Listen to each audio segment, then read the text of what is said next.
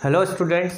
तो जैसा कि हम जानते हैं, हम पिछले लेक्चर में मैथ पढ़ रहे थे और आज से हम हिस्ट्री देखेंगे। कुछ हिस्ट्री के टॉपिक्स के बारे में डिस्कस करेंगे। तो आज हम देखने वाले हैं प्रथम मुस्लिम इन्वेडर या पहला मुस्लिम शासक जिसने भारत पर आक्रमण किया, जो कि है मोहम्मद बिन कासिम। तो आज हम देखेंगे मोहम्मद बिन कासिम के बारे में। तो सबसे पहले हम देखेंगे कि मध्यकालीन भारत, जिसे हम मध्यकालीन भारत कहा जाता है, ये पीरियड कहलाता है कहाँ से कहाँ तक, 707 से लेकर 1707। ये लगभग 1000 का साल, 1000 साल का जो ड्यूरेशन जो है ये कहलाता है मध्यकालीन भारत। इसी में मोस्टली क्या है, जो भी मुस्लिम आक्रमण हुए हैं इन सब के पीरियड यही 1000 साल के अंदर के बिलोंग्स करेगा। तो सबसे पहले हम देखेंगे कि हमारे भारत पर जैसे अरबों ने आक्रमण किया, तुर्कों ने आक्रमण किया, तो आज हम देखेंगे अरबों के क्रम में आक्रमण। तो सबसे पहले या पहला मुस्लिम शासक जिसने कि भारत पर सफलतापूर्वक आक्रमण किया वो कौन था, मोहम्मद बिन शासक, है ना, मोहम्मद बिन कासिम। तो अरबों के आक्रमण के क्रम में, क्योंकि ये अरबी था, अरब से आया था, ठीक है, अरबों का आक्रमण। अच्छा, ये तो हमने पढ़ा है कि मोहम्मद बिन कासिम जो था उसने क्या किया था, 712 ईस्वी में 712 से 714 तक का पीरियड जो है ये हमें मोहम्मद बिन कासिम के बारे में या इसके आक्रमण या इसके सिंध पर राज करने के क्रम को बताता है। ये 2 साल का पीरियड कि इसने 712 में सिंध पर आक्रमण करके सिंध पर कब्जा किया। तो सबसे पहले तो हम ये जानेंगे कि इसे ज़रूरत क्यों पड़ी भारत पर आक्रमण करने की, है ना, ये भी तो है, क्यों आया, ये क्या रीज़न है इसके पीछे। तो देखेंगे हम सबसे पहले, ये हम जानते हैं, ठीक है, ये मैं कोशिश कर रहा हूँ।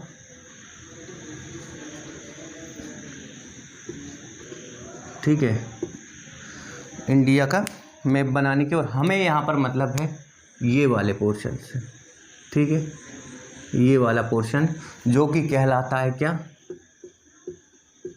यह कहलाता था, ठीक है ना, क्या, सिंध, जो कि करंट में कहाँ है, करंट में पाकिस्तान में जो पंजाब है, ठीक है ना, वो ही आज सिंध का वाला पोर्शन जो मैंने यहाँ ड्रॉ किया है, तो वो ही पोर्शन है ये जो कि करंट में पाकिस्तान में पंजाब है। तो हुआ क्या करता था कि हम देखेंगे सबसे पहले इसे नीड क्या पड़ी, ज़रूरत क्या पड़ी भारत पर आक्रमण करने की। तो 8वीं शताब्दी में, 8वीं शताब्दी के आसपास या 8वीं शताब्दी में अरब में जो था एक शासक था जिसका नाम था अल हजाज। क्या नाम था, अल हजाज। अरब में एक शासक था जो कि था अल हजाज। अल हजाज शासन करता था अरब में। इसी अल हजाज का एक सेनापति हुआ करता था, ठीक है, या जिसे हम क्या कह सकते हैं, कमांडर इन चीफ, जो कि कौन था, यस राइट, मोहम्मद बिन कासिम। तो हम क्या समझे कि 8वीं शताब्दी में अरब में शासन था अल हजाज का, या अरब का शासक था अल हजाज। इसी अल हजाज का कमांडर इन चीफ या फिर सेनापति हुआ करता था मोहम्मद बिन कासिम। तो अब हम यहाँ देखेंगे ज़रूरत क्या पड़ी इसे भारत पर आक्रमण करने की। तो क्या हुआ, यहाँ पर ये सिंध पोर्शन था, ठीक है, यहाँ पर क्या हुआ करते थे, बंदरगाह, ठीक है, यहाँ पर बंदरगाह हुआ करते थे।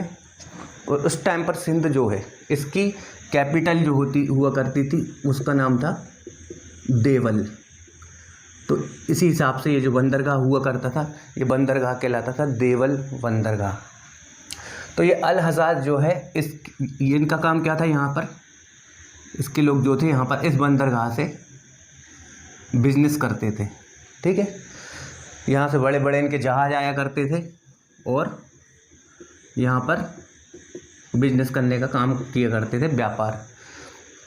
ये यहाँ से आते थे, यहाँ व्यापार करके और वापस लौट जाते थे। तो एक बार क्या हुआ कि जब हमारे अरब में शासन था अल हजाज का, तो उसी टाइम पर हमारे भारत में शासन हुआ करता था एक हिंदू शासक जिसका नाम था, ठीक है ना, अल हजाज का जब टाइम पीरियड था उसी शासन काल में, उसी टाइम पर हमारे भारत में शासन हुआ करता था, उस शासक का नाम था दाहिर। क्या नाम था? दाहिर। इतिहासकारों के मुताबिक ये दाहिर ही था, और ये एक कैसा शासक था? ये एक अयोग्य शासक था। इतिहासकार क्या बताते हैं कि ये जो दाहिर था, इस दाहिर की अयोग्यता ही ने ही हमारे भारत को इतने टाइम तक गुलाम बना के रखा। क्यों? ऐसा क्यों? देखिए क्या होता था, इसके जहाज आते थे, यहाँ पर व्यापार करते थे और वापस चले जाते थे। उन्हें मतलब नहीं था यहाँ भारत से, वो तो अपने ये रास्ता पकड़ा और वापस। एक बार क्या हुआ, यहाँ पर दाहिर का शासन था सिंध में तब, ठीक है। सिंध का राजा कौन हुआ करता था? दाहिर, जो कि एक हिंदू शासक था। इतिहासकारों के हिसाब से ये अयोग्य हुआ करता था। तो एक बार क्या होता है, इस दाहिर के जो सेनापति होते हैं, ठीक है ना, ये यहाँ पर क्या करते हैं, इन लोगों पर आक्रमण करते हैं और इनके जहाज क्या करते हैं, लूट लेते हैं, ठीक है। तो ये बात जब अल हज्जाज को पता पड़ती है कि ये हमारे भाई जहाज़ों को कौन ने आक्रमण किया, क्योंकि ये तो आते थे, अपना व्यापार करते थे और वापस चले आते थे। अल हज्जाज को पता पड़ती है, तो अल हज्जाज कहता है उसका सेनापति, जिसको हम जानते हैं मोहम्मद बिन कासिम से, कि भाई मोहम्मद बिन कासिम तुम जाओ और पता लगाओ, और जिसने भी ये साहस किया है उसका काम तमाम करो। तो अल हज्जाज का सेनापति, जो कि मोहम्मद बिन कासिम था, अब 712 ईस्वी में भारत आता है। भारत में आता है वो सिंध में, और सिंध में मिलता है वो यहाँ के राजा दाहिर से, और उससे युद्ध करके उसे मार देता है और उसका ख़त्म कर देता है। अब क्या करता है कौन? मोहम्मद बिन कासिम। अब जाहिर सी बात है कि यहाँ की राजा, सिंध का राजा कौन हुआ करता था? दाहिर, जिसे मोहम्मद बिन कासिम मार देता है। और जब इसे मार देगा तो यहाँ का शासक यही बनने वाला, क्योंकि यदि राजा को मार दिया तो जो मारा वही शासक बनेगा। तो ये यहाँ के लोगों से कहता है कि अब तुम्हारा शासक मैं चलाऊँगा, या अब तुम्हारा शासक मैं हूँ। तो इसी क्रम में इसने सबसे पहले क्या किया, इसने सबसे पहले यहाँ पर एक कर लगाया जिसका नाम था जजिया। पहला मुसलमान शासक जिसने सबसे पहले भारत में जजिया कर लगाया कौन था? मोहम्मद बिन कासिम। और मोहम्मद बिन कासिम ने जो जजिया कर लगाया वो हुआ करता था इनकम का 1/2 या 2/3 भाग तक। ये क्या करता था? जजिया कर लगाया करता था उन लोगों के लिए जो कि इस्लाम नहीं मानते थे। जब ये यहाँ आया, इसने इसे मारा, यहाँ का शासक अपने आप को जनता के सामने घोषित करा, तो इसने कहा आपके पास सिर्फ 2 विकल्प हैं, या तो आप मुसलमान बन जाइए, इस्लाम धर्म को कबूल कर लीजिए, या फिर नहीं तो आप फिर जजिया टैक्स देना पड़ेगा। तो ऐसे इसने 1/2 से 2/3 तक इनकम का जजिया कर लगाया। और इसने विधवा, विकलांग और ब्राह्मण, इन 3 लोगों को जजिया कर से मुक्त रखा कि विधवा, विकलांग और जो ब्राह्मण हैं वो लोग जजिया कर नहीं देंगे। तो भारत में सबसे पहले जजिया कर लगाने वाला प्रथम मुस्लिम शासक कौन था? मोहम्मद बिन कासिम, है ना। अब आगे देखेंगे इसने और क्या किया। इसने यहाँ ही पर क्या करा? स्वर्ण के सिक्के चलवाए। स्वर्ण के सिक्के सबसे पहले किस मुस्लिम शासक ने चढ़वाए? स्वर्ण के सिक्के, जिन्हें कि बोला जाता था दिरहम। तो सबसे पहले स्वर्ण के सिक्के चलवाने वाला मुस्लिम शासक भी कौन था? मोहम्मद बिन कासिम। इसके बाद और इसने क्या किया? तो देखिए क्या हुआ करता था, अरब जो है शुरू से ही अपने खजूरों की वैरायटी के कारण वर्ल्ड में फेमस है। दुनिया की best of varieties of dates will be available in the Arabian countries. तो अरब में बहुत ही अच्छी और उच्च किस्म के खजूर हुआ करते थे। तो भारत में सर्वप्रथम खजूर लाने या खजूर की खेती करने का भी श्रेय, या सबसे पहला शासक जो कि भारत में खजूर की खेती करवाई इसने या खजूर लेकर आया, तो वो भी कौन होने वाला है? मोहम्मद बिन कासिम। खजूर मतलब डेट्स, ठीक है ना, डेट्स। इसके बाद अब जैसा कि हम देखेंगे इस पूरे टाइम पीरियड के अंतर्गत जितने भी मुसलमान थे वो मोस्टली यहाँ पर सक्सेस हुए। उनकी सक्सेस के भी 2 कारण थे। एक तो ये क्योंकि भारत जो थे उनमें लैक ऑफ यूनिटी का ना होना, जो भारतीय जो थे उनमें एकता नहीं थी, एक ये मेजर कारण ये भी था।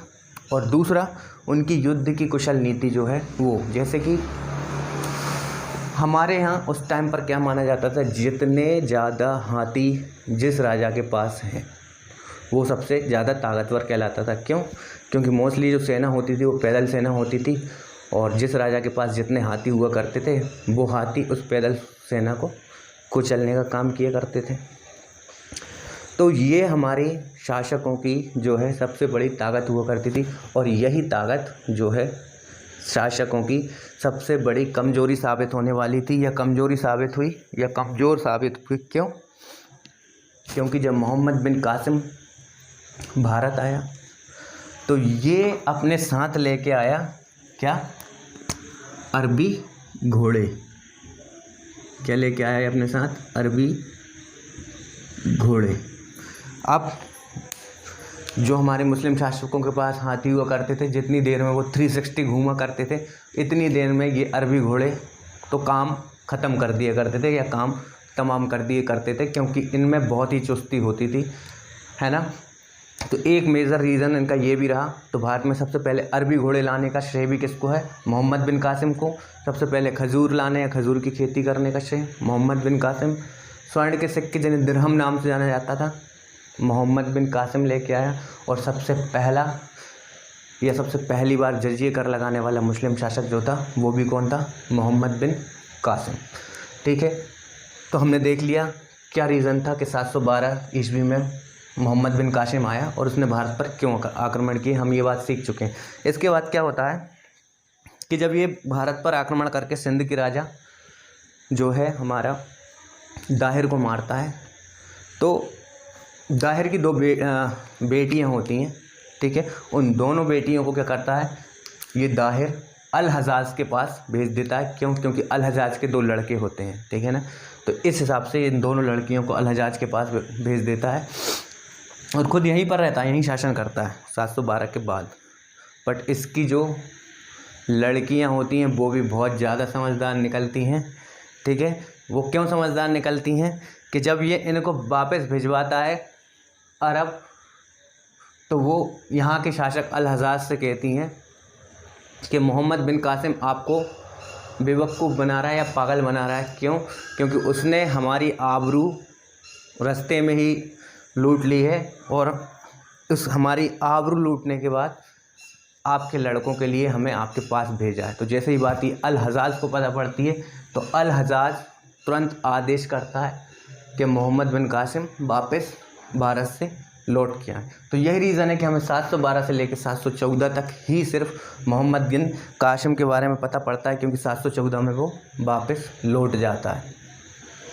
और जैसे ही यहाँ 714 में ये वापस जाता है, तो इसके बाद तो पता पड़नी नहीं है, क्योंकि यहाँ से वो अरब चला जाएगा। और 712 के पहले का भी नहीं पता, क्योंकि वो भारत आए नहीं था, ठीक है ना। 712 में भेजा था इसे, और 714 में चला गया। तो सिर्फ ये 2 ही साल हैं जो कि हमें मोहम्मद बिन कासिम के बारे में पढ़ने को मिलेंगे।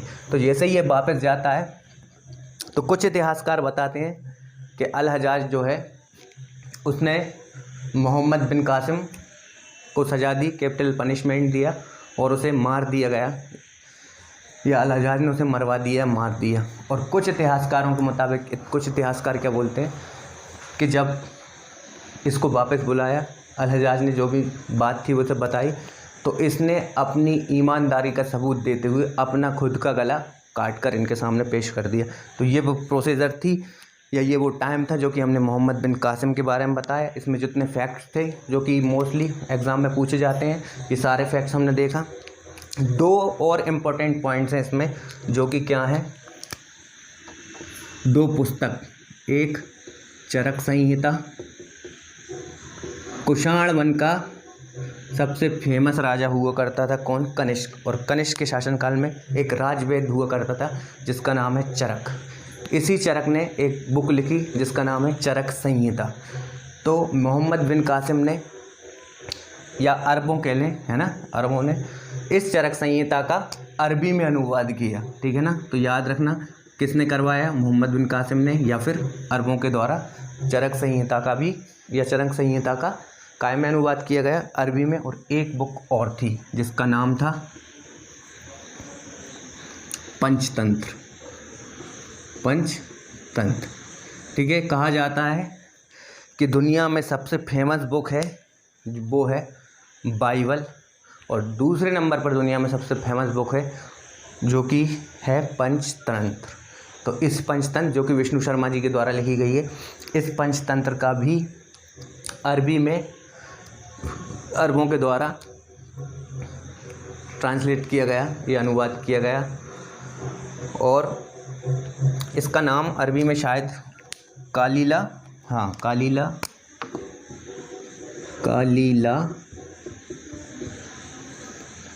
वे दिमना इस नाम से, ठीक है, कालीला वे दिमना नाम से इस पंचतंत्र का अरबी में क्या करवाया गया, अनुवाद या ट्रांसलेट करवाया गया।